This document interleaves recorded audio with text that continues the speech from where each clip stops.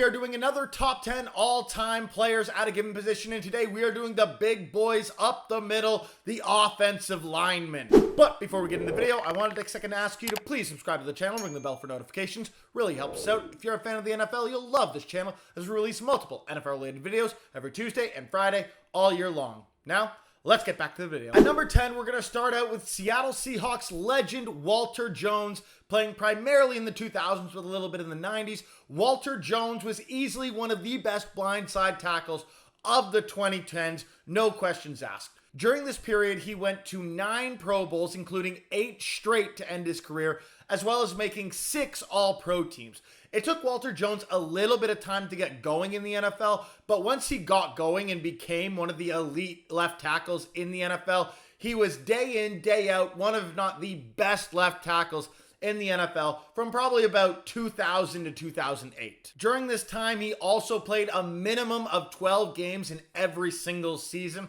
when it was only a 16-game regular season, and he was an elite blindside blocker for Matt Hasselbeck, while also being an incredible run blocker for Shaun Alexander, helping to break the single-season rushing touchdown record for Shaun Alexander before it was broken the next year by LaDainian Tomlinson. Either way, Walter Jones deserves to go down as a top 10 all-time offensive lineman, so he's in here at number 10. At number 9, we have Larry Allen, who's primarily known as an offensive guard, but did spend some time at left tackle and right tackle for the Dallas Cowboys early in his career. In fact, he even made an All-Pro first team as a left tackle, even though he was primarily an offensive guard.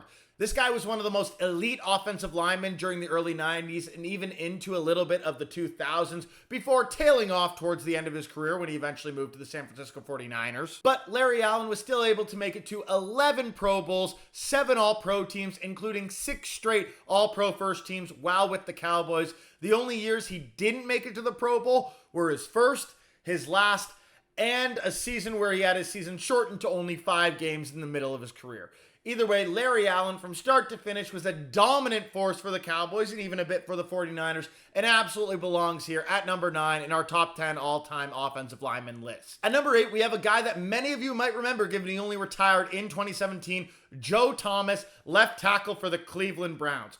Joe Thomas was the lone bright spot on an absolutely putrid Browns team from about 2007 to 2017. During Joe Thomas's time with the Cleveland Browns, he made the Pro Bowl every year except for his final season, which was cut short to only 7 games. He didn't miss a game in his NFL career prior to his final season in the NFL. And he made it to 8 straight All-Pro teams while also finishing second in Offensive Rookie of the Year voting in his rookie year as an offensive lineman. This guy was absolutely incredible, and I wonder how good he could have been if he didn't play for an absolutely putrid Cleveland Browns team.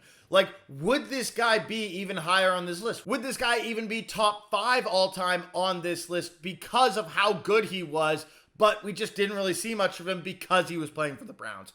Either way, I do think he deserves to still be on this list, but his lack of team success means we can't put him too much higher, so I'm putting him at number 8. At number 7, we have New Orleans Saints and Kansas City Chiefs left tackle Willie Roa.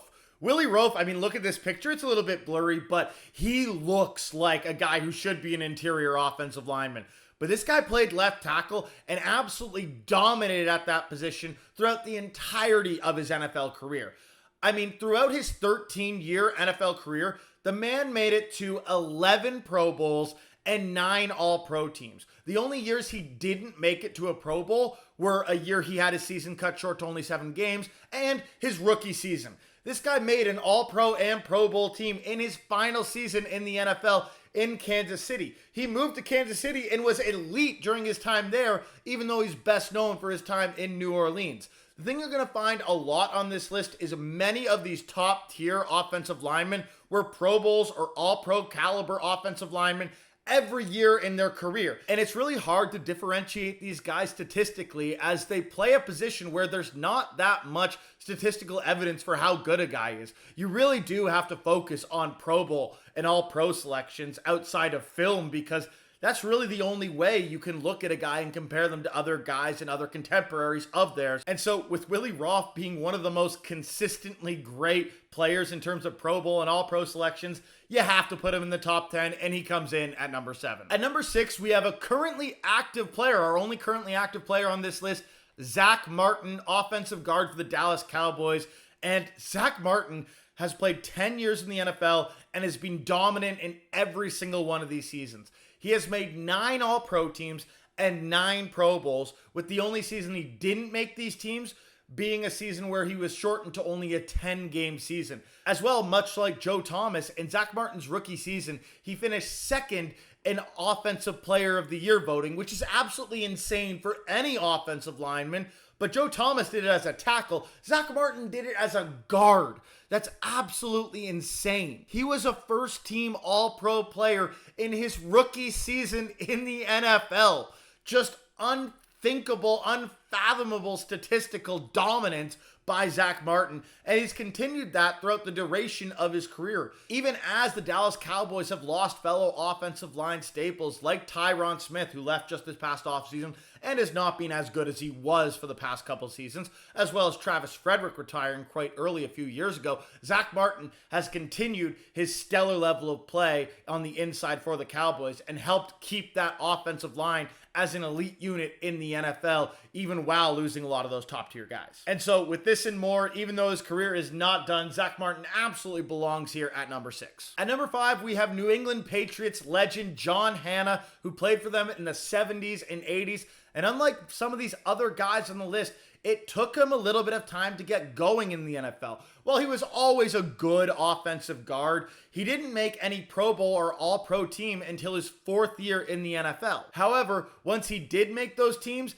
he basically didn't stop. He made it to All-Pro teams in every single one of his final 10 seasons in the NFL, and in 9 of those seasons made a Pro Bowl. Not quite sure what happened in the one season he didn't make a Pro Bowl, but whatever, All-Pro teams are probably better than Pro Bowls anyway. I think the most impressive thing about John Hannah is that in 1979, as an offensive guard, he was so dominant that he didn't just make a Pro Bowl. He didn't just make first team All-Pro. The guy finished 7th in Offensive Player of the Year voting as an offensive guard. That's just unthinkable, unfathomable. You got quarterbacks, you got running backs, you got wide receivers, tight ends, etc. And if you're going to go to an offensive lineman, you would likely think that it would go to an offensive tackle. This guy finished 7th as an offensive guard. That's just unthinkable, unfathomable, and what puts him here at number 5 on our list, because I just can't imagine anyone else doing that. At number 4, we have Randall McDaniel, one of the most elite names in the NFL, and also a pretty good offensive lineman to boot. McDaniel was absolutely dominant in his career, making it to 12 straight Pro Bowls in his career, only missing out on the Pro Bowl in his rookie season, as well as his last season in the NFL. And during that stretch, also made it to 9 straight All-Pro teams. He was a dominant force for the Vikings during the 90s and helped this team when they nearly went all the way to the Super Bowl during the Dante Culpepper, Randy Moss era. Towards the end of his career, Randall McDaniel did move to the Tampa Bay Buccaneers, where he still was able to make a Pro Bowl, but sadly he retired 1 year too early to win that elusive Super Bowl ring for himself. But his overall statistics and greatness on the field still put him here at number 4. At number 3, we got Jonathan Ogden, who joined the Baltimore Ravens in their inaugural season in the NFL and was a staple with the franchise for the next 12 years of their existence. Jonathan Ogden started out as a left guard and was pretty good, finishing 5th in the Offensive Player of the Year voting in his rookie season. However, in his sophomore season, he moved to left tackle, and that's when he became one of the most elite offensive linemen the NFL has ever seen. In the 11 seasons he played as a left tackle in the NFL, he made it to 11 out of 11 Pro Bowls and 9 out of 11 All-Pro teams. As well, Ogden was able to win a Super Bowl in 2000 with the Ravens, in spite having one of the worst quarterbacks in league history to ever win a Super Bowl under center for that team, thanks to the impeccable defense, as well as Jonathan Ogden and the offensive line, helping an amazing rushing attack lead the team to a bunch of points in spite their quarterback play. Ogden's consistent greatness, the fact that he never missed more than 5 games in an NFL season, and the fact that he played such a premium position at left tackle All of these are what put him as high as number 3 on our all-time offensive lineman list. At number 2, we have Bruce Matthews, another guy that took a little bit to get going in the NFL. During his first 5 seasons in the NFL, he didn't make a Pro Bowl, he didn't make an All-Pro team, and he played pretty much every position on the offensive line. He spent a full season at right guard, a full season at right tackle, a full season at left tackle, and sprinkled in some center along the way during his first 5 seasons in the NFL. But it's in his 6th season when he broke out as one of the most dominant offensive linemen in the history of the NFL. From his 6th season to his 19th season at 40 years old in the NFL, Bruce Matthews went to 14 straight Pro Bowls and made it to 10 All-Pro teams, all while playing left guard, center, and right guard in various seasons. The guy in all 3 positions managed to make it to a first-team All-Pro team. That's incredible. Not just that he was able to make it to that many All-Pro teams, but that he did it while moving around the offensive line. This guy is an absolute legend in both Houston and Tennessee, given he was part of the franchise during their move from the Houston Oilers to the Tennessee Titans, and he came up 1 yard short of winning that ever-elusive Super Bowl in one of his final seasons in the NFL when he was about 38 years old and still an All-Pro caliber offensive lineman to boot at that time. To put this in perspective, in the year 2000, at the age of 39 years old, this man was still making All-Pro first teams in the NFL. So yes, while he did have a little bit of a slow start, unlike some people on this list to his career, the fact that he had such longevity and was an elite offensive lineman all the way until 40 years old is what helps him get all the way up to number 2 on our all-time offensive lineman list. At number 1, we have Anthony Munoz, if I'm pronouncing that right, of the Cincinnati Bengals, primarily during the 1980s. Munoz is one of the most dominant left tackles in the history of the NFL. With the exception of his rookie and final season in the NFL, the guy made it to the Pro Bowl and All-Pro teams every single year, all 11 of those years.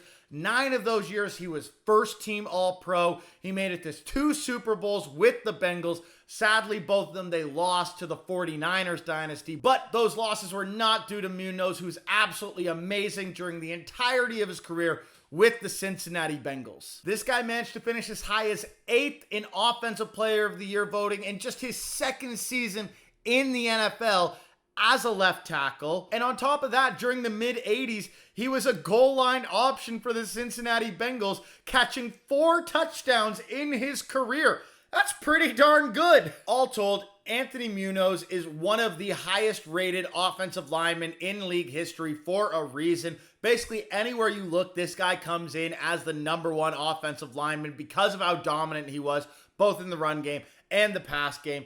He was with a great and terrible Cincinnati Bengals organization at the same time, given they had some fantastic seasons and Super Bowl runs, but some pretty poor seasons in between those Super Bowl runs. But in spite of that, Munoz, with his catching ability, his blocking ability in the run, blocking ability in the pass, consistency, etc., he comes in at number 1 on our all-time offensive lineman list. That's it for our list of top 10 offensive linemen. If you like the list, you like the video, then make sure to leave a comment down below, like the video, help us out, help us grow. We got 1 more of these videos left, going to be our top 10 special teams players of all time. That's going to be coming out in a few days. You don't want to miss that. Either way, I'll see you all next time.